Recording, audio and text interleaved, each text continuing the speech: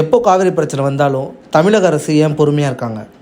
வாங்க பார்க்கலாம். கர்நாடகத்துக்கும் தமிழ்நாட்டுக்கும் காவிரி பிரச்சனைங்கிறது 100 ஆண்டுகளாக நடந்துட்டு வருது. ஒரு முறை பிரச்சனை வரப்பையும் தமிழக அரசு ஏன் பொறுமையாகவும் நிதானமாகவும் கையாளுறாங்க? தமிழ்நாட்டிலேருந்து கர்நாடகத்துக்கு போகிற இந்த லாரி, டூரிஸ்ட் வேன், இன்னும் சொல்லப்போனால் டிஎன் அப்படின்னு போட்டிருந்த எந்த வாகனம் வந்தாலும் அவங்க அதை வன்முறையாக தாக்குவாங்க. அதில் வர ஆட்களையும் அசிங்கப்படுத்துவாங்க.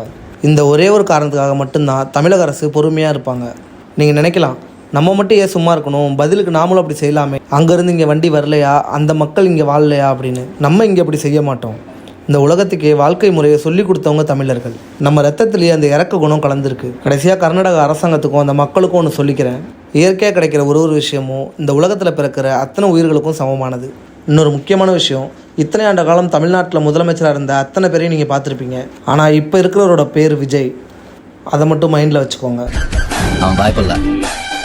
இன்னொரு தடவை அவன் குழந்தைய தொட்டா அவனை கொன்றுவான்னு மறுக்கிட்டு